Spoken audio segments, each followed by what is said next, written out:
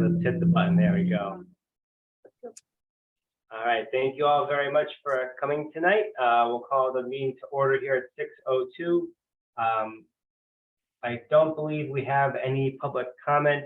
I don't see anybody here from the public to comment, so we'll skip right through that item to approval of the minutes.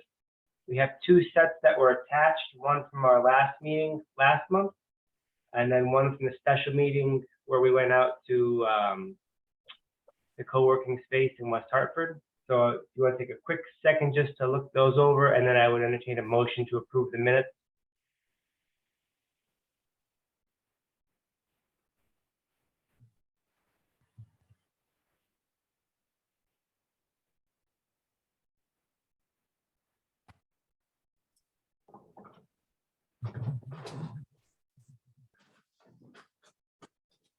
Nancy, is that? Well, I was just looking at them a minute ago. Now I'm printing them, but one of them said, like, one of the minutes said May minutes. Am I wrong here? Like, I'm not sure.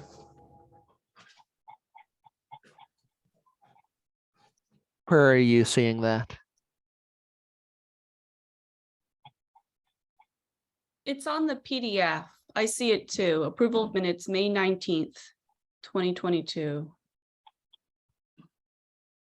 And let me see.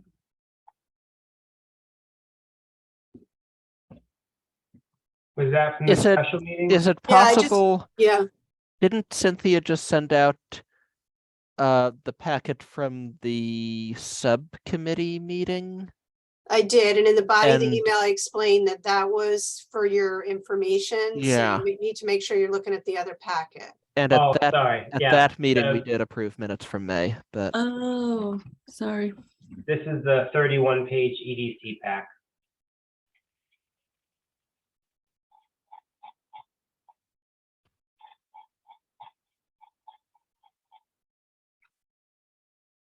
Nancy? Oh, you're on mute.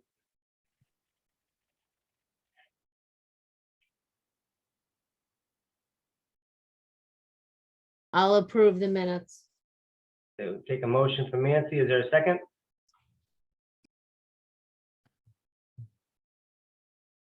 I'll second. Thank you, Lucy. Any clarification or edits? All right, hearing none, all those in favor of approving the minutes as presented, please say aye or raise your hand. Aye. Any opposed? Any abstentions? So moved. All right, thank you all very much for that. So that will take us right to our guests tonight. We have Wendy Burry and Charlene Halcomb. They get close. All right, so I'll turn it over to Wendy. Wendy, thank you so much. You're welcome. Thanks for having me. And thanks, Charlene. Charlene is our Northeast Region Coordinator. If it's okay, I'm going to share my screen and go, if I think it looks like I have capacity here. Thank you. And I'm going to do just a short introduction of who we are so you can learn a little bit more about the Cultural Coalition just briefly, and then I'll move into the cultural districts. Great. All right, and I'm going to, and I do talk fast. So if I get going too fast, Charlene or Cynthia, somebody just flag me down. But I try to be efficient with your time.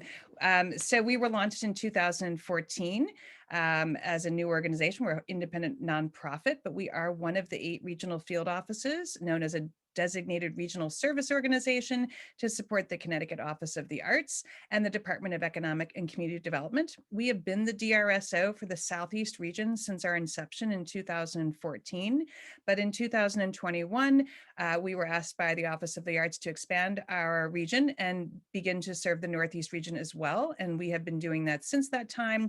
Formerly Wyndham Arts was your DRSO, and they're now one of the organizations that we serve and partner with.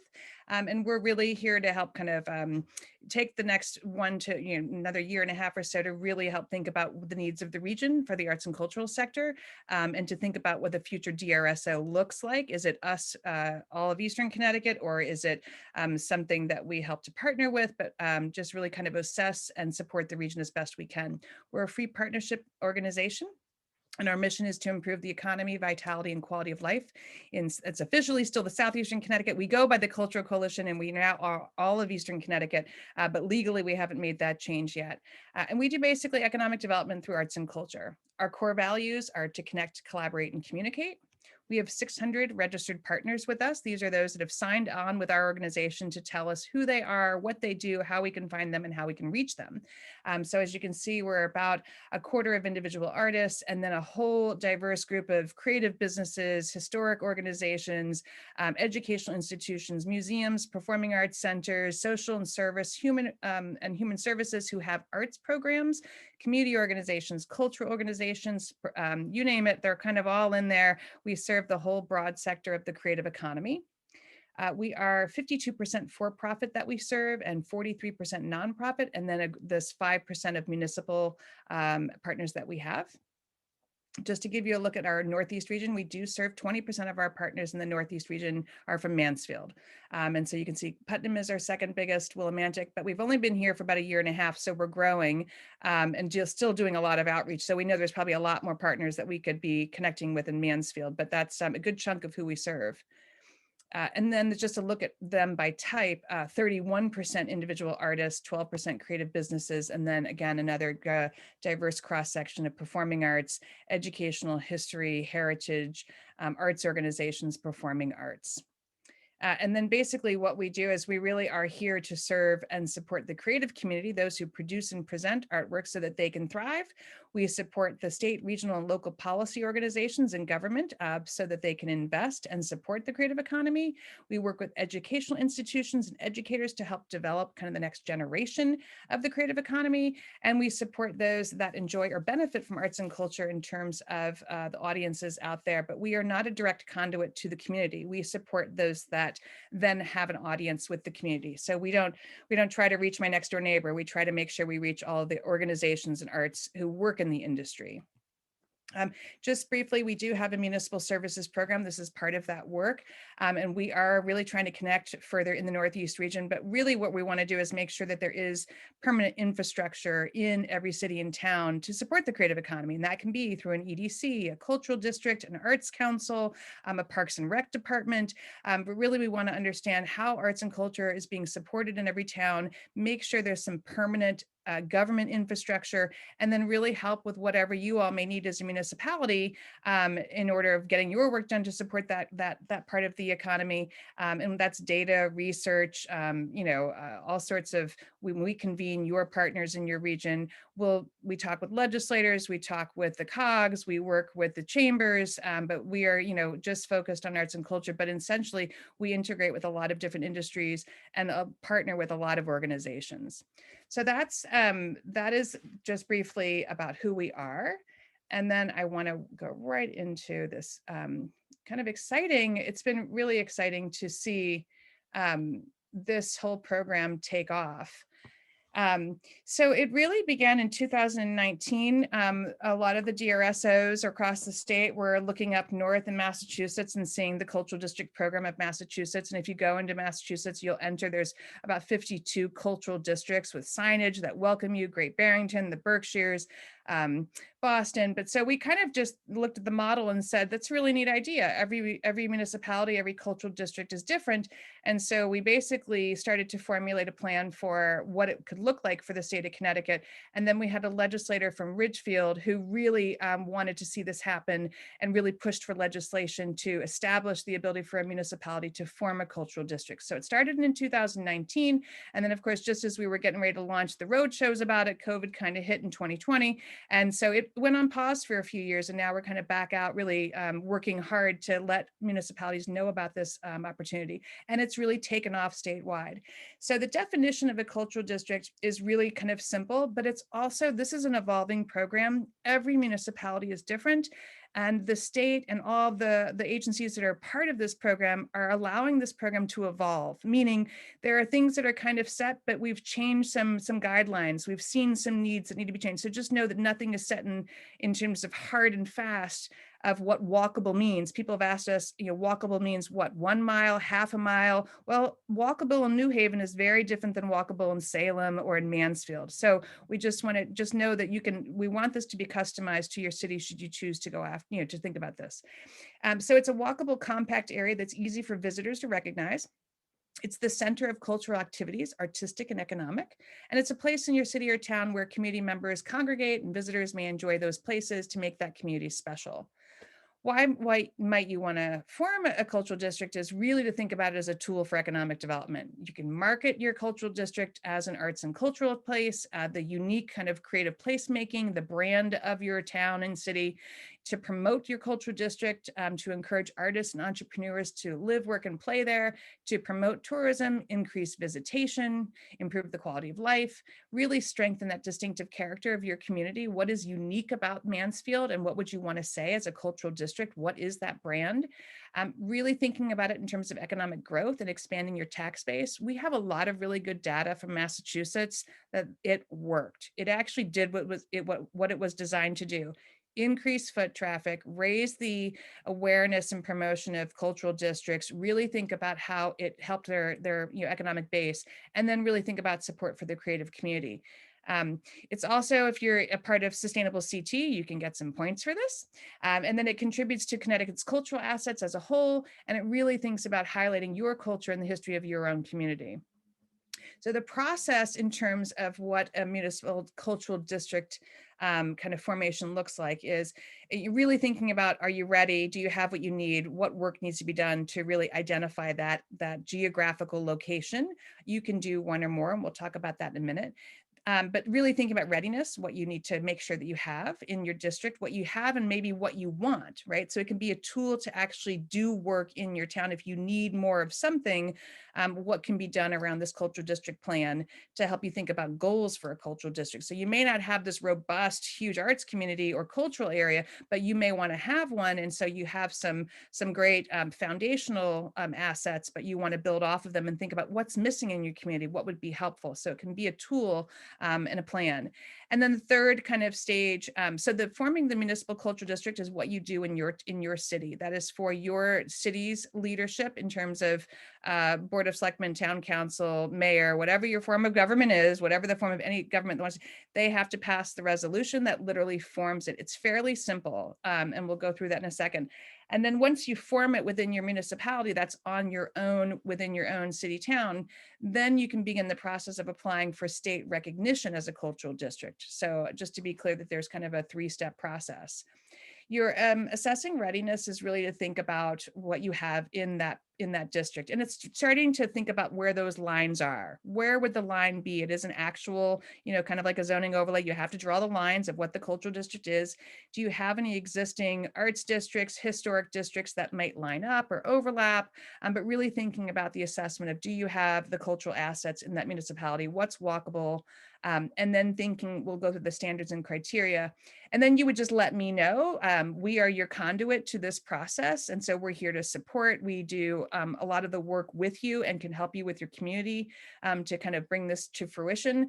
So we're your partners. So the first thing is just to let us know that you're interested in establishing one, and then we kind of take off from there.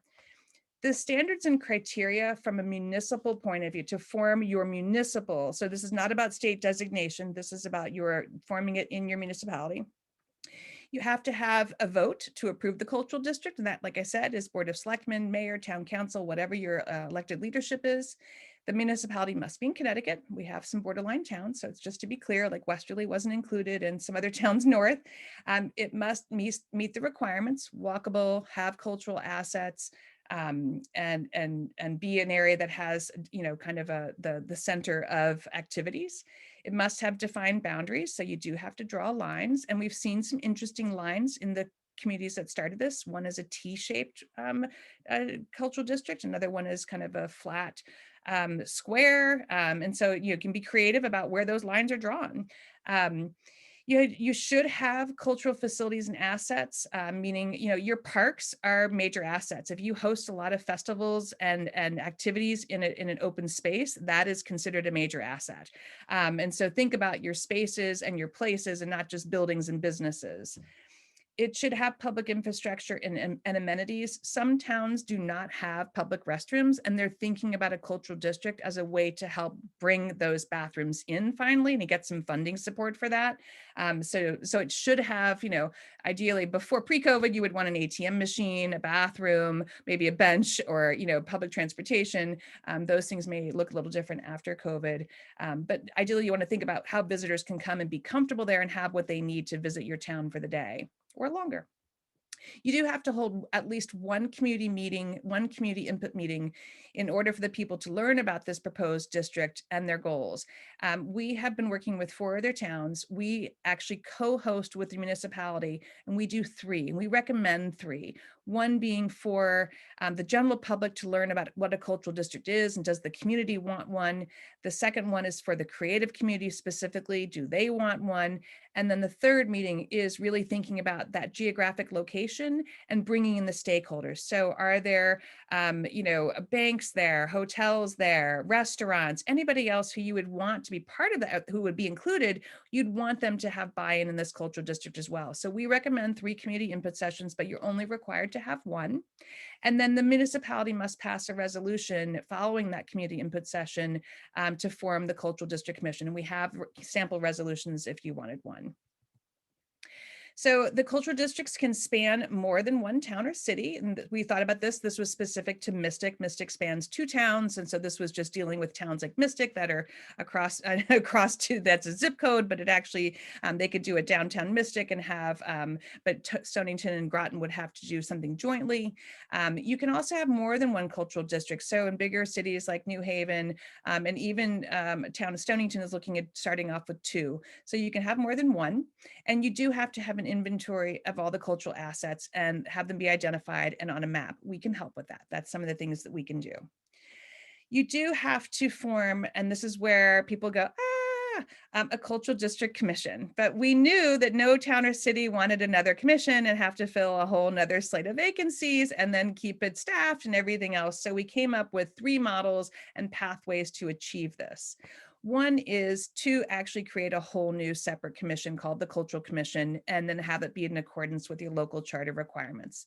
The other is to, number 2, is to assign it to a board or commission like the Economic Development Commission preferably, and have it serve as an advisory council subcommittee reporting to the EDC. They're doing that in 3 different towns right now that we're working with. So we're seeing that be a very viable, good pathway that is achievable. And it's actually working in terms of getting people to sit on that board or commission, but it's coming out as a subcommittee. And then the third one is to assign it to an existing board or commission if that board and commission meets the representation requirements currently, which most do not, and we'll go over that. So that was the process for you know, having the municipality just to form it. You know, community input meeting, resolution, and a vote. That's pretty much it to form it. And you have to have the map and the inventory, right? But so it's pretty basic and not hard to do. The application to become a state recognized cultural district does require a lot more information. And I'm just going through, and I'm just seeing, hold on, that, here we go. I'm going to get into that later. So in this, one of the reasons why you can apply for looking to be a state designated one is to really think about this as the state wants to invest in cultural districts moving forward, right? So the Connecticut Office of the Arts, the Office of Tourism have all talked and are working currently right now in helping to promote in an in-kind. So there's no funding available. There is no funding attached to cultural district at this time, but the cultural districts are supported by the Office of the Arts, Office of Tourism, DECD, and then they're being promoted on the CT visit. And then you have a lot of support from all of us to help make sure that they are investments of time, not necessarily money, to make these cultural districts as we kind of evolve this program over the years. It's still really new. What you would need to apply to the state is a letter from an endorsement from your CEO, from your city's CEO, a copy of that resolution that was passed, that master map that we talked about. And you're going to get all these in another packet, so no need to take notes on anything. You have a map and the list of all the inventories, that list of cultural assets and any events that are held on those, any municipal resources that could support a cultural district. So if you have a tax credit, a TIF program, any kind of marketing programs that you're already doing that support arts and culture, you can include those as examples of what you're already doing to support the creative economy. So it's kind of a broad array of ways that you already support arts and culture, and that could be beneficial to the cultural district. And then any other legal documents around zoning. So that if you had a, an arts district, historic district, you would just want to kind of be able to supply where those are and if they overlap, or if they are, how they would look in along with the cultural district. Marketing materials, and then any supporting information. And that supporting information is really, would this fall in line with your POCD? Is there something mentioned in your POCD that this would help to achieve? Or would this be brand new? But if there is mention of a way that this would be relevant to your POCD, that would be something that the state would want to see. So your cultural district commission members, and that, like I said, can be an advisory committee, a separate commission, or your current commission. So if they wanted to assign it to this commission, you would have to meet this criteria. You have to have at least one representative from 6 of the following categories: a city, town, or borough representative, a local cultural council or arts council, a cultural organization, at least one artist that lives or works in the district, organizations that represent artists like a co-op, a for-profit creative business, gallery, theater, and that list can be kind of broad, a local business and chamber of commerce. And these, we've definitely seen some flexibility. Some, obviously most towns don't have a cultural or arts council, but you can think sometimes of a thriving arts center as being one of, so they're willing to think about what that representation looks like. But really the important part is having an artist, having, arts organizations and cultural organizations be on that commission and be required to be on that advisory committee or commission. You also, in other towns, we've seen that they've made them larger than required, and they're adding in restaurant representation, tourism representation, history representation, hotels, similar businesses from hospitality and leisure, school representatives or college representatives, economic and community development. So really thinking about what are all the drivers and the players that are helpful to have, and then also the individual voices. So it's a good combination, but some have made it as big as 12. Some have kept it as small as required as 6, but it's really meant to be what are the perspectives that are needed in Mansfield to really reflect the community. So once a commission or subcommittee is formed through that resolution, so the resolution forms that and creates that commission or subcommittee or advisory council, this is kind of what their duties and procedures are. And I would say this meaning encouraged to be, because they're all working a little differently right now, because they're all so unique. But really overarching a cultural district commission or advisory committee or subcommittee is really thinking about what are the goals and objectives for the cultural district? What do you want to achieve in that cultural district? What are the needs? A lot of information is gleaned from the community input sessions. And we really do, and we help facilitate those community input sessions. We ask the questions, what has been challenging in the past? Why have events in the past not worked? What are the biggest barriers? What are the things that have been barriers to collaboration? What are the successes that are missing? What's needed? And so you actually get a lot of information from the community input sessions that kind of then help to develop the goals and objectives. And then you just think about a management plan of, okay, so if we want to have, in one case, they wanted banners. They wanted a whole banner program in the city as part of their cultural district. Welcome to the cultural district, but they needed a brand. And so they used that input to really think about who was going to, where would they be? Who was going to design them? What was the brand going to be? How were they going to come up with the brand? What was the actual imagery? And then thinking about management of information and communication and promotion and coordination of activities, and who are all the players and who knows what and who has what in terms of assets. A marketing plan is really something that if you're building off of a marketing plan for your city, or if you really want to create a separate one for your cultural district, and would it be different? Is it needed? But thinking about the cultural district is intended to be a marketing tool. And so that marketing plan is kind of needed to back it up. There's no, kind of checklist underneath this. This is the broadest kind of look of what your commission should be doing, right? In broadest terms, but there are no specifics of you need to have this every year or do that. It's just roughly, this is what you'd want your cultural district commission to do, is to really think about how best to leverage that cultural district, how best to coordinate the assets inside the cultural district and to the entities that may not be in the cultural district. So in some towns, if you think of it like spokes on a wheel, you have the cultural district that's kind of outlined, but you have these major anchor outlier organizations that may be big draws, but they're not in the district. So how are you going to make sure that they're included in part of the cultural district in terms of making sure they're connected to it? So you don't have to, you're not excluding anybody, you're just thinking about how you can keep them to be part of that plan. And that's part of marketing. And then obviously just thinking about kind of goals and success. What do you want for it? Do you want more visitation? Do you want more businesses? Do you want more, more obviously revenue in terms of those sales for businesses that are located there? But is it something around beautification? Is it, more events downtown? All the different kind of ideas of what are you going to look for goals and how are you going to measure success of those goals? This is just a little bit more about the map, and we can, like I said, we would be able to help you with that, but mapping of those creative businesses, historic sites. Most towns have some form of these, but not a ready to go list. And so we have some good examples from other towns who've done cultural districts on what that list might look like and how that map can be formulated on like Google Maps or even just easy tools, not hard tools.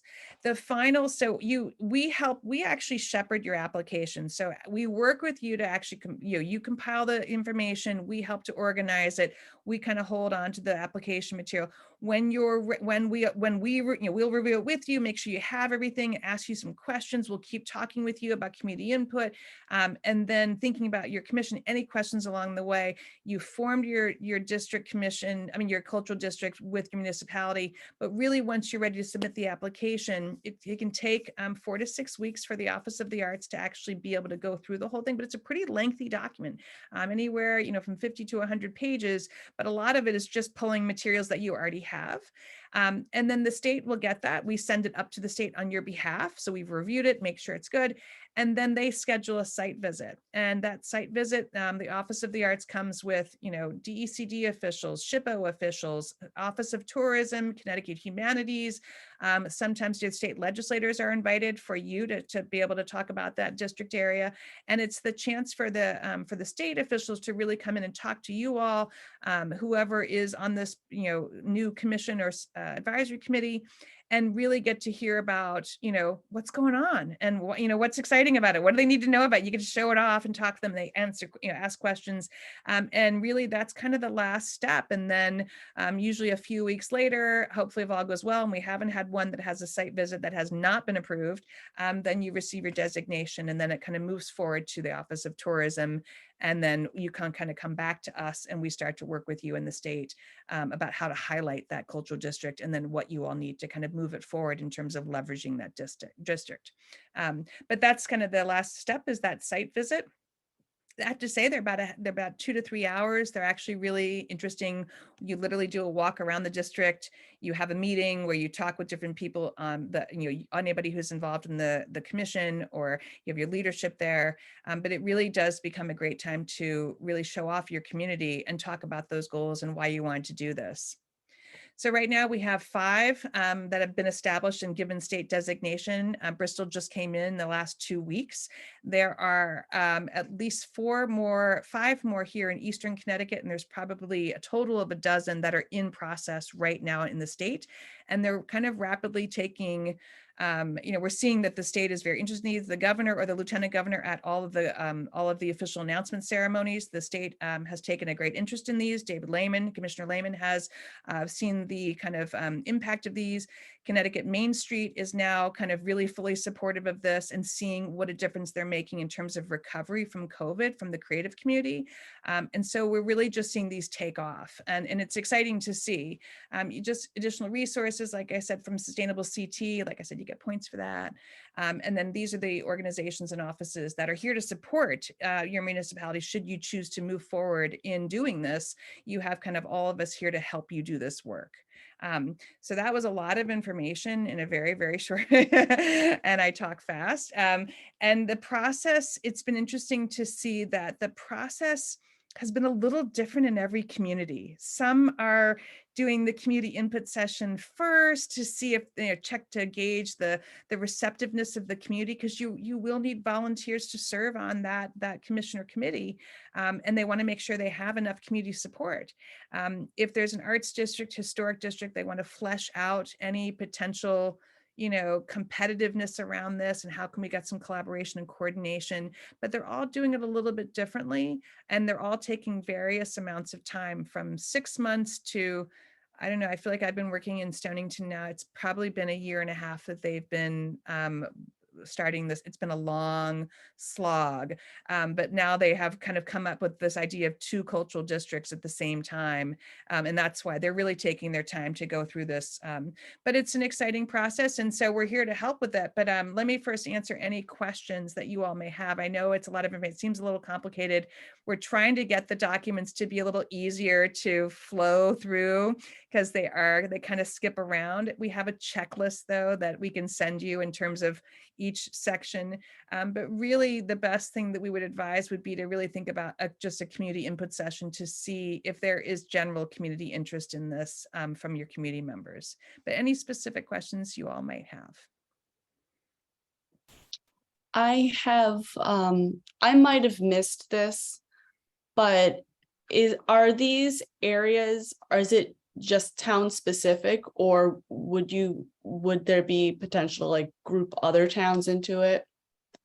You were talking about certain areas. I didn't know if it meant just like one town or multiples. So it is meant to be one specific area in your municipality, or more. So I mean, like, I remember we're thinking about larger cities. So Mansfield's a pretty good size, right? You technically could probably have, and I don't know it well enough, but you'd certainly have enough for one, right, downtown. But you might have another district that is a more heritage related historic district that might be worth carving out. But it's not meant to be multiple towns. Now, how many little towns do you have in Mansfield, like sub-towns? Or is it, I see Kristen saying. Mainly stores in Mansfield, but they're more zip code designations. But Okay, so kind of like Mystic then. Okay, so you can, I mean, so really it's meant to be if the idea is to look at it geographically and look at your assets. The mapping part is the most important. You really want to start to kind of put some dots in the map and say, where are there clusters? Where are there clusters? And they may not be logical. They may not be ones that you're thinking about in terms of always smack dab downtown, but you look for those, that you map them and you really look for those clusters, and you start to think, are these connectable? Should they be connectable? I think it was Torrington, their cultural district is the shape of a T, upside down T. On their main street, but they had this one street that kind of went up to an anchor organization that they wanted to loop in. So they kind of did this big T, and it was like a half mile from one side to the other. And so, they kind of just made it work to fit the geographical, as long as it's walkable. But so I think it's kind of the, looking at your asset mapping and seeing where those clusters exist. And I would also say, you look at where the clusters are and where there's nothing. Is there an opportunity for infill? Are you looking, if you have 2 clusters and you know that there's a road there and you look for economic development, maybe this is a tool to connect them, and you're looking to infill so that you want the cultural district to be all inclusive of those 2 clusters, including the kind of empty area, as a way to really think about expanding that whole district and infilling and using it as a real economic development tool. I don't know if that answered your question, Lucy, but it's really meant to be like, think about whatever works best for you. We're open to anything.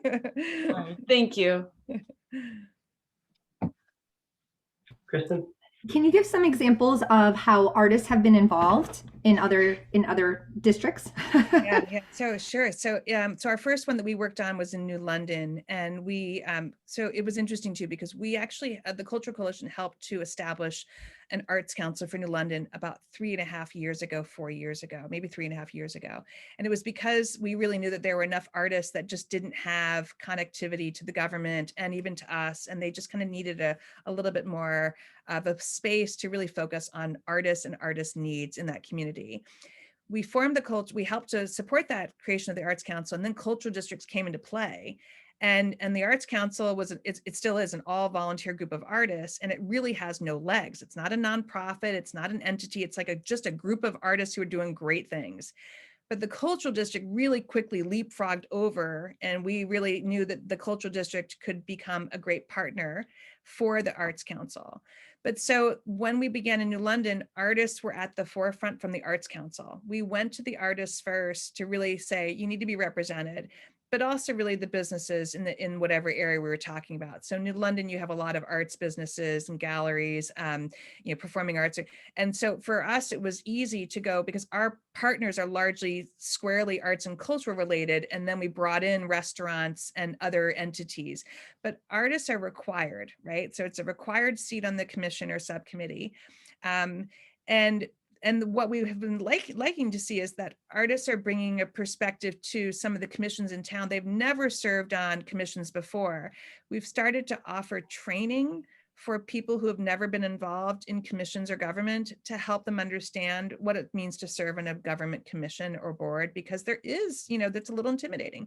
But so artists have definitely been central to this, and the arts organizations have been central to this. And so they've been involved in kind of helping to give ideas of where are there spaces to show, where is there, kind of a pipeline for, younger artists to be able to make a career, music, visual arts, you name it, but they're thinking about spaces and places, and then the activities. So I would say artists are definitely kind of central to it, and it's required. But getting a whole group of all the artists to get on board with this hasn't happened. We've definitely seen a lot of diversity of opinion about what that future should be in a cultural district, because artists have very different minds about what it could look like. And also the government piece has been hard to really help artists begin to trust the government about working with them and for them. That's just been a challenge for us in trying to show that, that really, truly, when ARPA money was available, we made it available to artists. And that was a big step up to be able to say that the city, cities and towns wanted to support them. But they're central, they are central, and they're pivotal, and they're critical to a cultural district. So have you worked with them to create different types of spaces? Because that's what I'm thinking about. Everything seems, I don't know, maybe in other districts, I don't know if it was as spread out initially and then they came together for spaces within that district.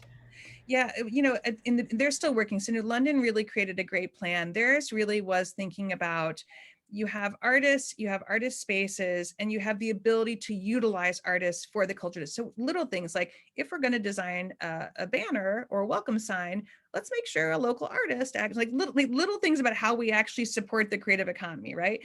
But then we also, especially in New London, they had a lot of silos. The real coordinating part around this was, how do you get artists to work with restaurants, to work with government, to work with marketing, and then coordination of events, coordination of resources. And so I think the silo part was, it's the cultural district. What we found is it is a tool to break down the silos, get people in the same room, and come to consensus about what the broader goals are for the cultural district, not what individual goals are. So we're seeing things like, they have an event in New London where it was I think this was on Open House Day, where there were like 15 different places that were open up for Connecticut Open House Day. And what the cultural district did was it actually used some money that it had from ARPA to get a shuttle bus that was going to take people from each one of those sites around. And it was just an easy win in terms of how can we support the assets, promote the area, provide free transportation, make it accessible. But that also built some trust, right? They just needed to talk about, oh, you're open, I'm open, are you open? And the silos are starting to break down a little bit. And so it's really about coordination of assets that is the biggest outcome, and bringing people to the fold that have not been to the fold and giving them a space to provide ideas. So the government piece is like, We have we're doing a streetscape. Let's go talk to the cultural district. The cultural district has artists at its disposal to say, hey, you're doing a streetscape. You have that space over there, that little parklet. Artists can help fill that parklet and make it beautiful. So it's more just increased coordination and increased communication with people like individual artists who often are never at that table. Thank you, Brian? Wendy. You're welcome. Yeah, Brian. Yeah, Wendy, you said there were, did I get it correct? There's 4 cultural districts right now in the state of Connecticut? I'm just looking at my slide. There were, yes, 4. I'm just going back up to look there. I thought there were 5. Yeah, 1, 2, 5. Sorry, 5. Ridgefield, Torrington, New London, Wethersfield, and Bristol just came in the last 2 weeks.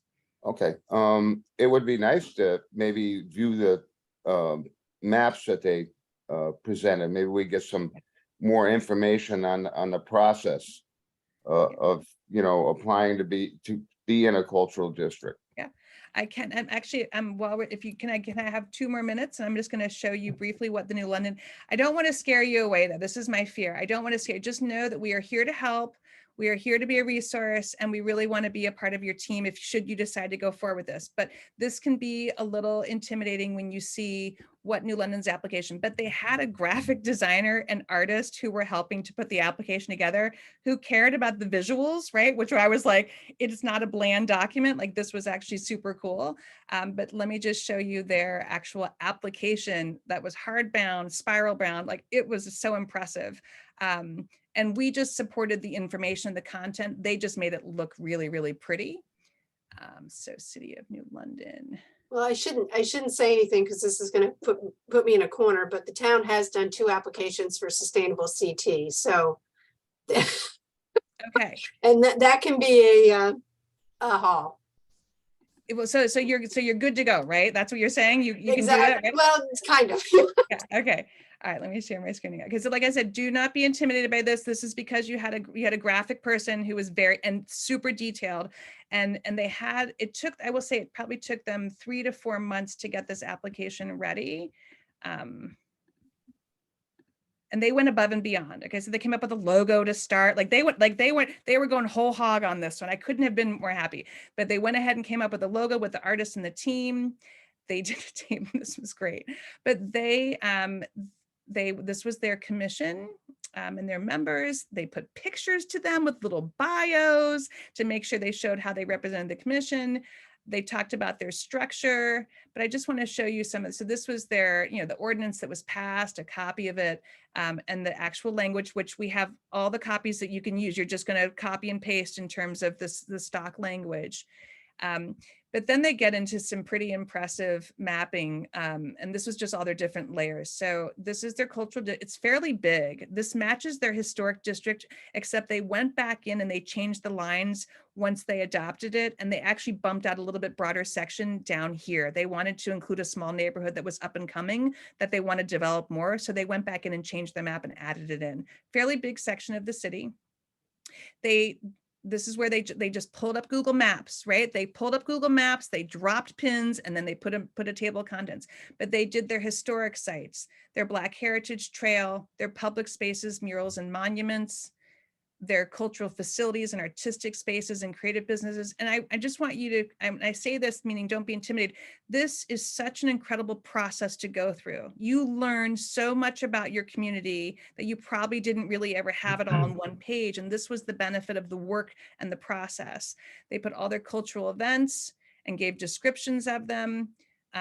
And then budgetary line, and they pulled up from the budget they wanted to show, but if this goes on for pages and pages and pages, but just so, but then POCD and some different things, but really, truly, they spend 3 to 6 months on that inventory process as an explorative tool to really understand what they had, what they didn't have, what they wanted, geographically where the holes were. And then from an inventory standpoint, are we heavy on creative business? Do we have a lot of music and no visual? Do we have a lot of visual and no music? Do we have a lot of festivals and no parking garages?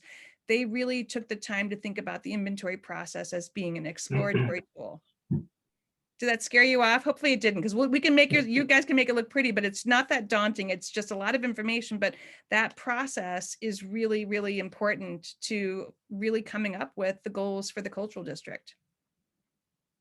Nancy, I think I saw your hand up before. Did you have a question? I do have a question. Like how many of these applications have you helped on? Yeah, so And which we've towns were they? Like that's, I mean, 'cause it seems like a pretty extensive process. It is, and had we known, and you know, that this was going to be something that was going to take off so quickly. However, we have tripled down our staff time on this because we see the value in what these cultural districts are doing for recovery from COVID. And that's just like this time-wise, this was a great time for us to lean in. So New London, we help with New London, they've been established, and that was the first one in Eastern Connecticut. We've been working with Stonington now for, like I said, about 12 to 18 months now. They've been on this slow road, and they're going to form 2 at the same time to start. Killingly is now in play. Norwich is beginning their community input sessions in November. So we have you, and then there was one more in the Northeast. I can't remember which one it was in the Northeast that has told us that they're going to reach out to us and we'll go in for presentations. So we've had a hand, hand in one application so far from the region, and then we're working with 4 other municipalities at various stages. And then we have all the other towns that have been established. We have all their applications too. So you can, like, you know, we can give you Ridgefields, we can give you the other ones. And then what we've decided to do statewide is we realize that because everybody's doing such different things with their districts right now, the 5 of them, we talked with Liz Shapiro from the Office of the Arts. We're going to bring together the cultural district, you know, representatives probably twice a year to let them talk about how they're using their districts as a tool and what they've done with it. So that's going to be a nice benefit as well. Wendy, can you talk about some of the benefits? I can see how the marketing piece of this would be beneficial, but are there other benefits, you know, to becoming a cultural district? Yeah, I mean, I think right now what we're getting the sense is that the state is, you know, Liz Shapiro, who's the head of the Office of the Arts, when we first did this, when she was first, she hated cultural districts. She just thought this was just one more, like, what are we going to do? She is the biggest champion now. She really totally not only believes in these, but is really, really helping to really get the word out through the Connecticut, you know, the Conference of Municipalities and through Connecticut Main Street. So I think my sense is from all the discussion that we've been having is that the state's going to start to invest in these in some way, shape, or form. And that may not be direct money or funding, but they're going to certainly start recognizing that applications from cultural districts will become eligible for funding from DECD. Applications from cultural districts or commissions would be something else. But I think there's going to be a tangible investment of resources at some point. I think the promotion side is that the state is waiting for critical mass to see if once, you know, 5 is not enough to go showcase the state of Connecticut. I think when you start having 12 to 24 cultural districts of really unique, you know, kind of placemaking, but then you have something that the state of Connecticut can really push for it in the Office of Tourism. And so we know that the Office of Tourism with their new leader is interested in these as well. But I think the benefits really are, and what we're seeing is certainly in New London and what we've heard about from the other towns who have already formed them, that silo breaking down, that planning mechanism, that real focus of arts being around an economic driver and part of economic development, and really focused on supporting the arts community and the artists as being, how do we help, you know, move people around this town and attract more people. But I think the tourism piece and the attraction of businesses to a cultural district. So ideally you'd be able to say to now, if you had an empty, you know, storefront, you could say it's located within a cultural district, which means you have a density of assets for your employees or for their visitors or for their foot traffic. So the idea is to really think about what you need from that in terms of marketing promotion, but it is meant to be a unique selling point for your city that you have a cultural district and this is its brand. And the brand is really where you get to have that control over, you know, the B Bridge, right? That was the whole, you know, we had it was in Newtown, on the other side of the state, they did the B Bridge, right? That was a whole New Britain, yeah. New Britain, thank you.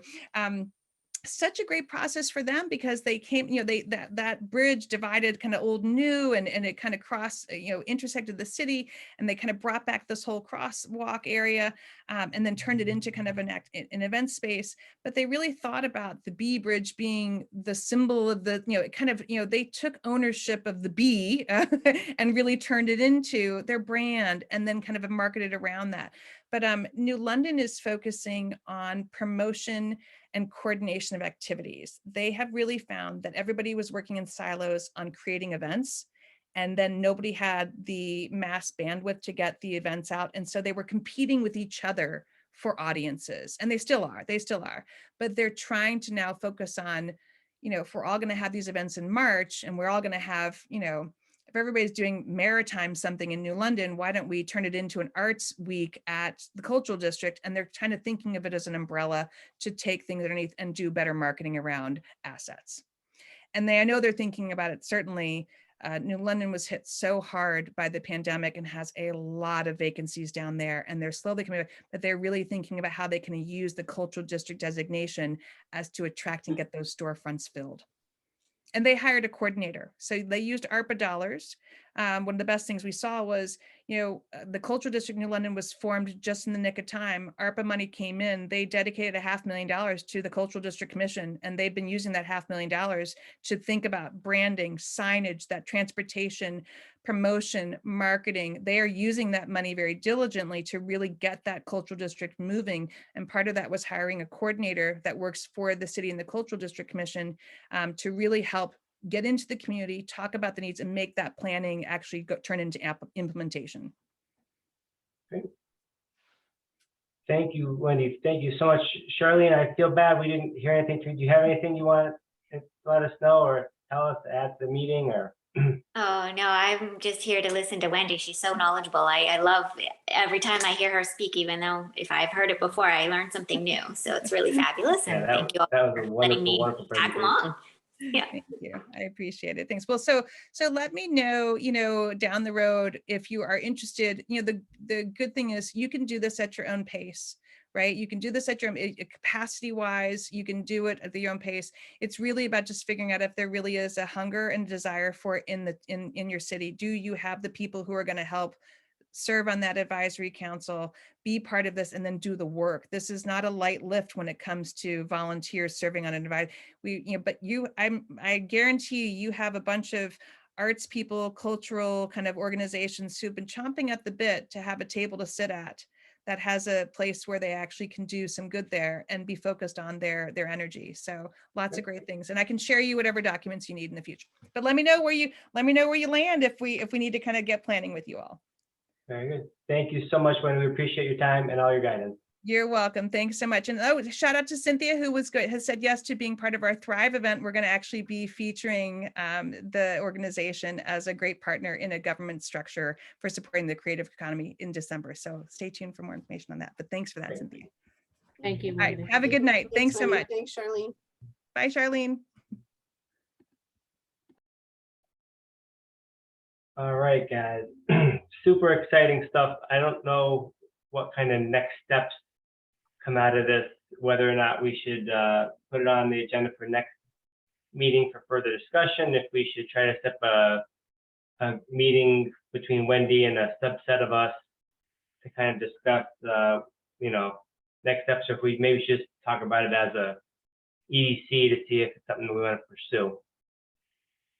I think it's something that we pursue as a town. I mean, I don't think that it's off the table. I mean, I think that it would be something good for the town. I mean, especially because I think that there's going to be monies coming down the road. Yeah, she definitely made it sound that way. Absolutely. All right, so maybe Cynthia and I will powwow and see about setting up a time to meet with Wendy and kind of get this thing initiated. And who else we should loop in. I think Arts Advisory Commission should be looped in for sure. And probably Parks and Rec.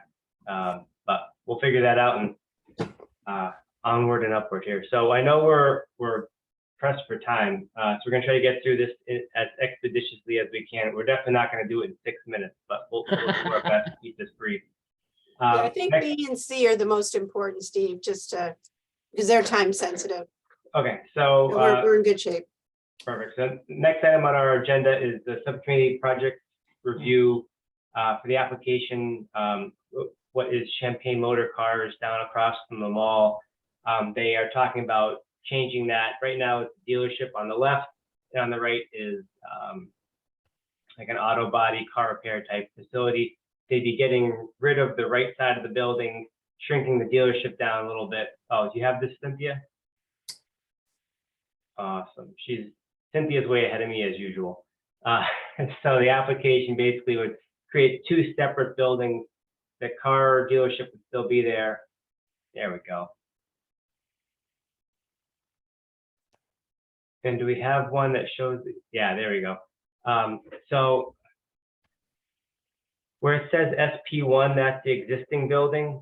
And then if you see the gray driveways in between that, and then to the right, there's SP2, which would be the new building. The existing building is about twice as big as it's shown on here. They'd be knocking down half of it and then building a smaller building further to the right on the lot. I don't know if I'm articulating that, if you guys can kind of follow me.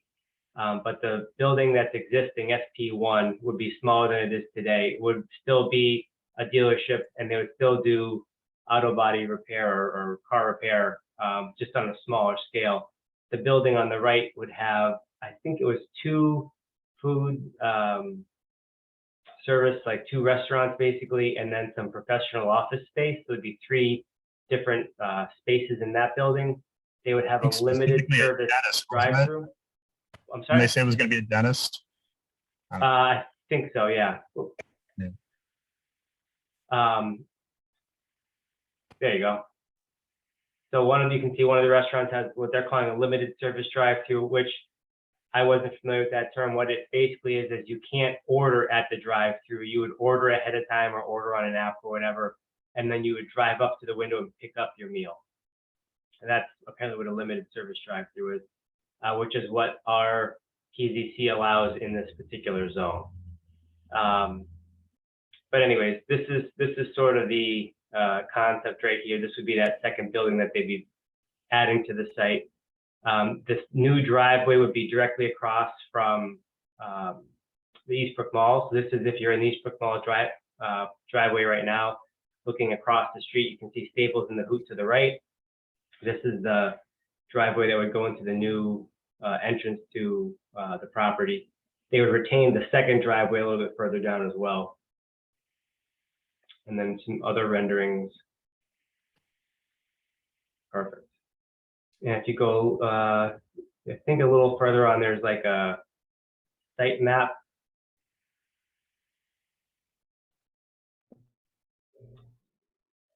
Maybe back to the other one.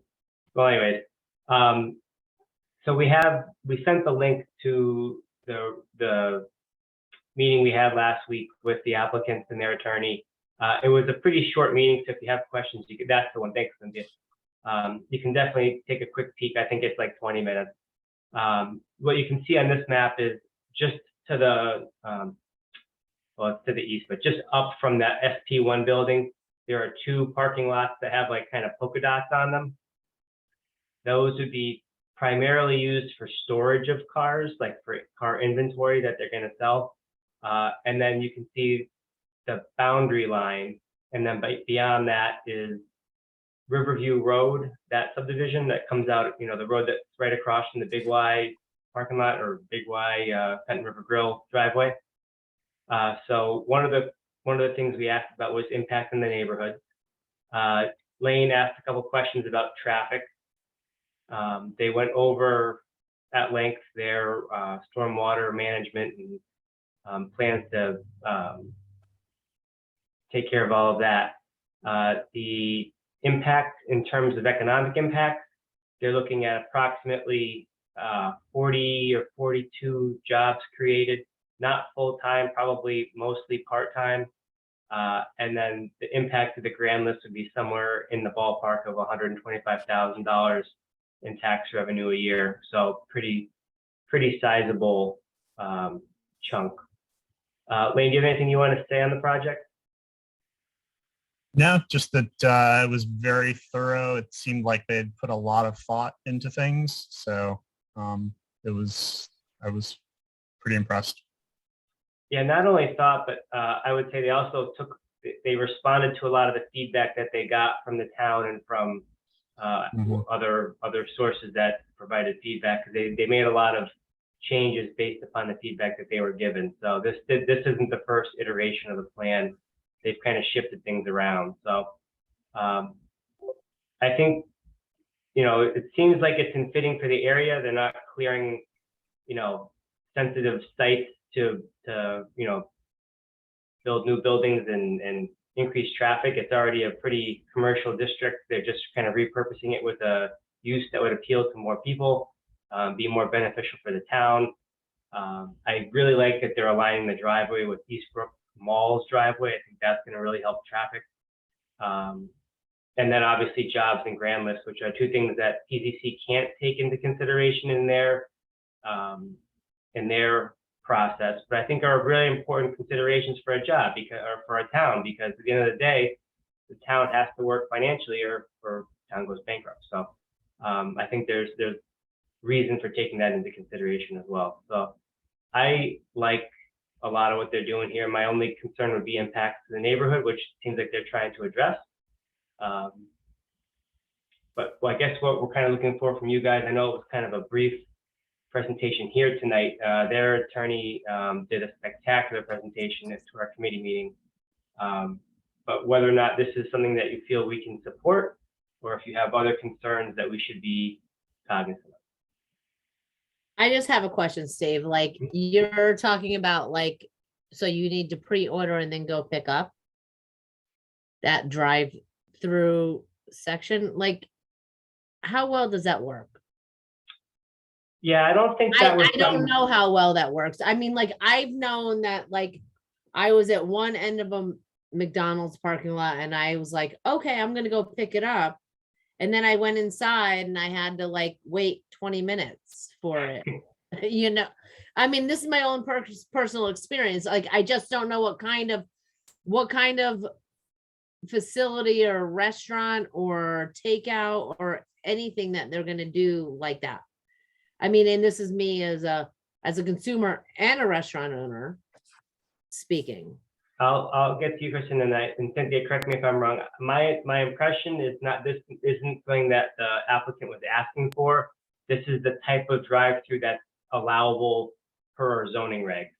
So because it's our town is designated as like a more pedestrian-friendly area, they don't allow quote unquote full drive-throughs, even though the next property over is McDonald's and they have a full drive-through. Which is silly. Like Yeah, a hybrid, I think, kind of is what the PZC agreed to. That's what Yeah, I think so was it's- Steve's- Yeah, not necessarily that's what the applicant's saying, hey, we'd like to do this. It's sort of like, this is what's permitted in the zone. Yeah, Kristen, but do you it's have right anything to- next door to each other. So like, why the differentiation? Like, you know what I mean? You know what I mean? Maybe I'm wrong. Like, maybe I just don't see. I'm just like, if McDonald's is right there and Champagne's right there and they want to do a drive-through too, why can't they do the same thing as McDonald's is doing? I think it depends on the fight you want to fight, right? So if they wanted to change the PZC zoning regs, they'd have to go down that road to amend the zoning regs to get a special use permit to have a full drive-through, which isn't permitted in the zone, and that is expensive and would take time. Whereas they have a concept they think they can make work if they can get it approved. So they're like, well, rather than try to recreate the wheel, let's make our business work within the existing town. I agree with you. I think if you have one next door, it's not like Like, it's what's the difference? If you have one 20 feet away, why is planning and zoning like blocking them from doing that 2 feet over? Or 20 feet over? That's, Who knows? to me, that's just Could wrong. it be the actual line itself is the problem? So if you think about the other businesses that are in there and it taking up space, I don't know. I'm just thinking out loud. It could be that, maybe. I didn't watch any of the PZC stuff, so I don't know what their rationale is, but I mean, we can put in there in our letter, we would also support a full drive-through in that area. If that's something that it makes sense to me, but I mean, I would support a full drive-through. I mean, like that's, I don't know. And maybe it's just me. I mean, it's 100 feet over and now you're not gonna allow those people Yeah. 100 feet over? Mhm. Because there's an imaginary line there for planning and zoning. Like, to me, that's just, I don't, anybody help me? I think it might have to do with maybe the amount of cars driving through there with the parking spaces for the other businesses. You don't want to like hit a bunch of Right. people. I don't know. That's what I'm thinking. I agree with that. I mean, I think that the first one was that they wanted 2 drive-throughs.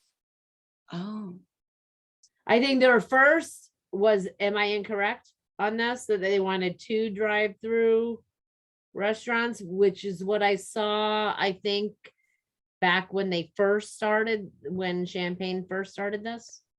It could have been. I don't remember the initial one. Yeah. I mean, I can check with, Jennifer Kaufman, the Director of Planning Development, couldn't be on the call. I can go back and check with her and, see what their rationale was, okay, if you'd like me to do that. well, Right, I mean, but I it guess- is though. We've got the plan in front of us that they've proposed, and we can say we're all in favor of a full-on drive-through and whatever, but I'm not sure there's really any point to that.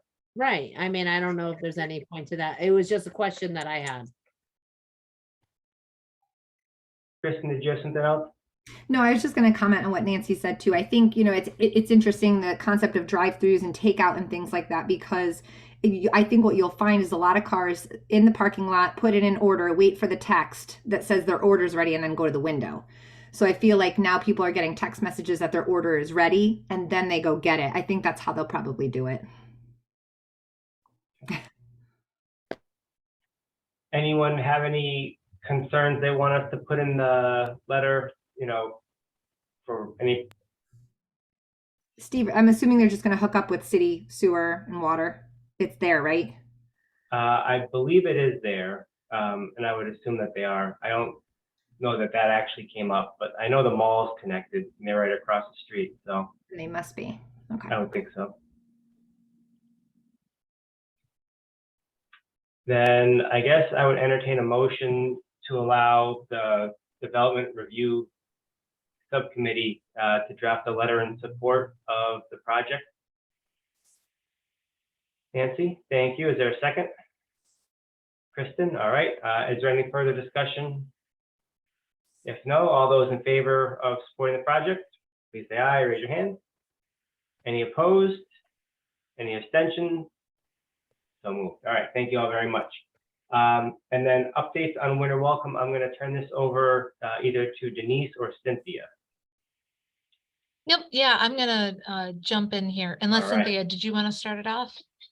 No, I just wanted to introduce Denise because I'm not sure everybody knows Denise. So Denise Kegler is our event coordinator.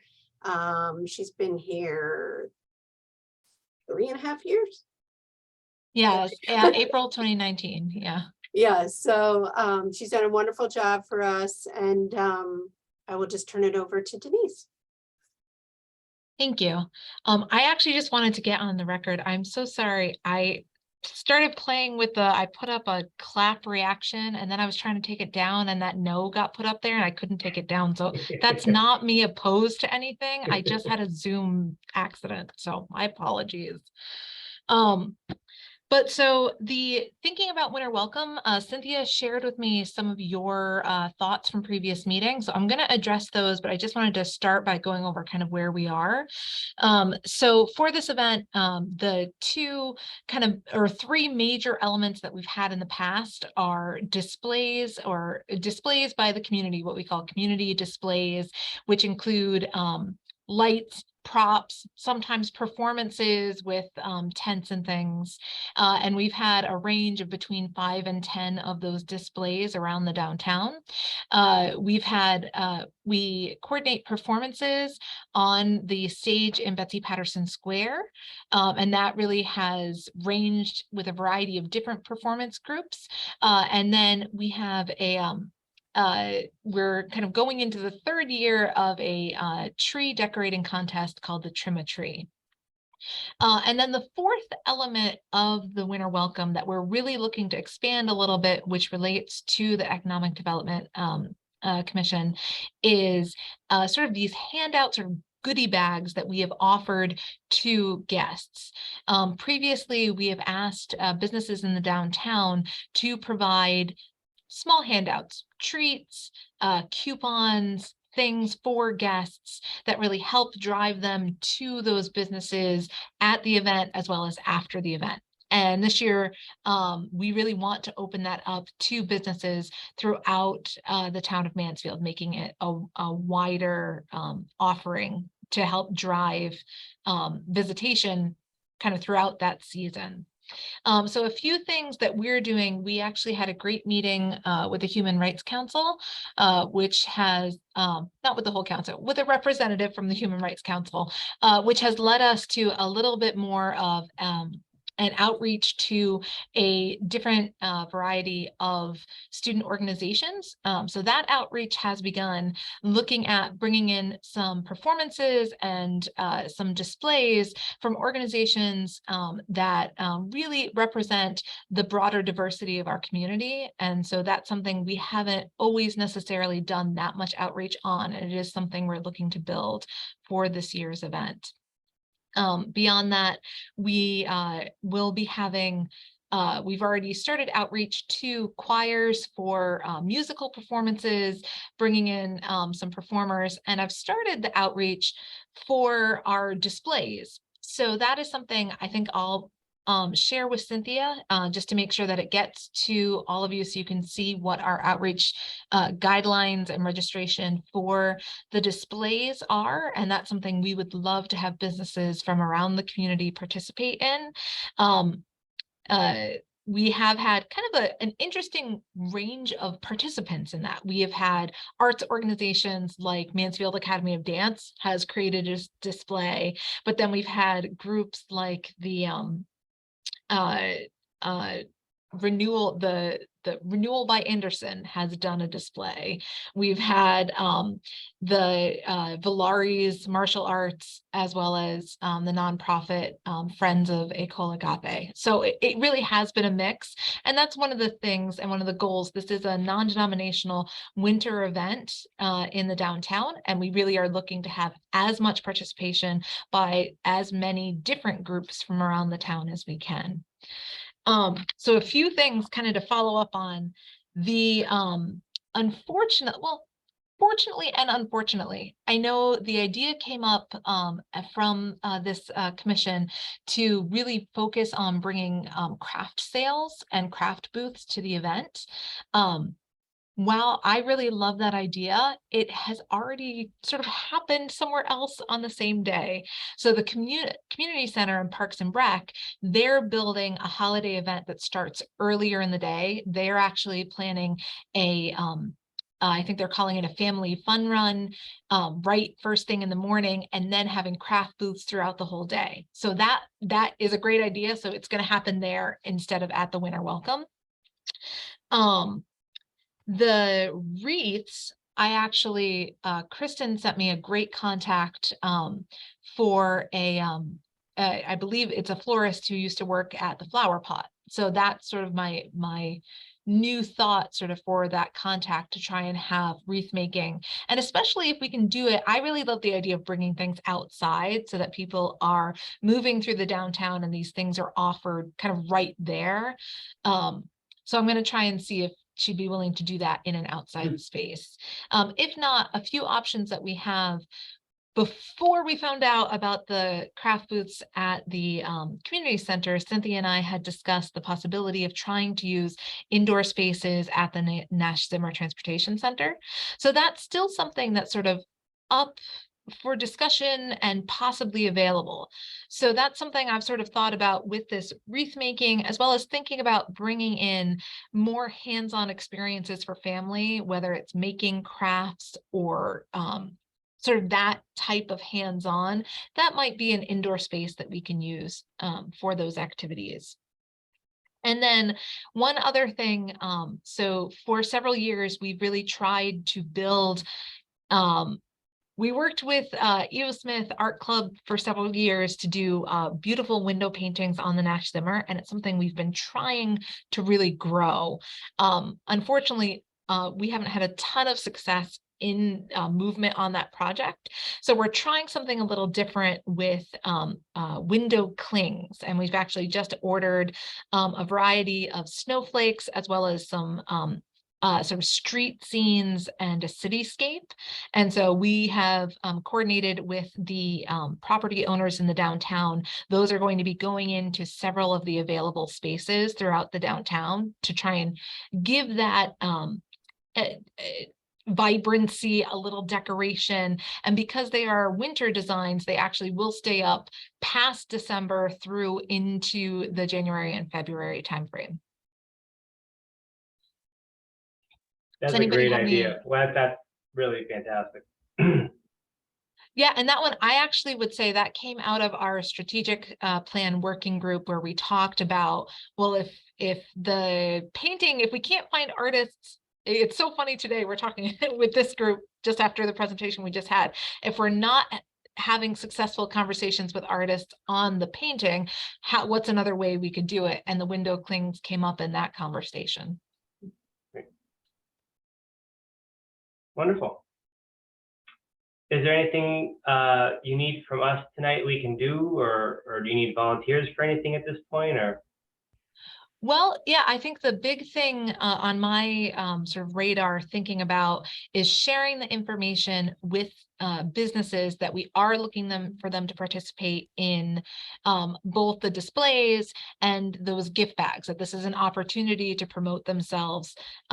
We are putting together a total of 100 bags this year, so it's kind of a nice round number, and that's going to be open. So I guess, how would it be, would it be easiest if I were to put together, do you think, like a flyer that sort of explains the gift bags and what the types of things we're looking for? That'd be perfect. Okay, great.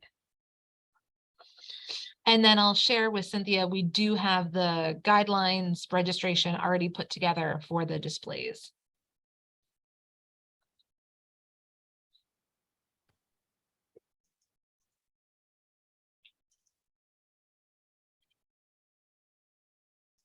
All right. Well, All right. thank you very much, Denise. That's wonderful. We'll look for the flyers. We'll definitely help, distribute them however we can. I know Kathleen has the master list. We can definitely email them out, and then we can drop them off in our travels as well. So great. All right. Thank you so much. Have a great rest of the night. You as well. Thanks, Denise. Bye. All right. I know we have other stuff on the agenda, especially the debrief on the co-working space. Do we want to try to do this now, or maybe we can table that till next time? I know it's getting pretty late for people. Thoughts one way or the other? All right, we'll hold it I till have next to time. go. I Oh. have to go because I have trivia and I have an entire restaurant full. All right, thank you, They Nancy. keep coming to my door. They're like, "Oh, help, help." That's a good Then we'll thing. take- That's a good thing. It's We'll a good take that problem to as- have. Nancy's motion to adjourn. So is there a second? Second. Thank you all so much. Have a great evening. And See, we'll I see. need to hook up with you about the subcommittee thing because like I have not responded to Josh because we haven't done anything. Well, I'll email you. Okay, Josh, it's not like I'm ignoring you. I'm sorry. But I haven't done anything with Steve yet. So Well, I think we were still gonna Okay. try to have the meeting despite people not having followed Yeah. up. Just to- Are that we- would be like a bit- I Did can we be there. did on we that. officially adjourn, by the way? Yeah, Because if so, 7:18. we'll stop the recording. There you go. I can't come to that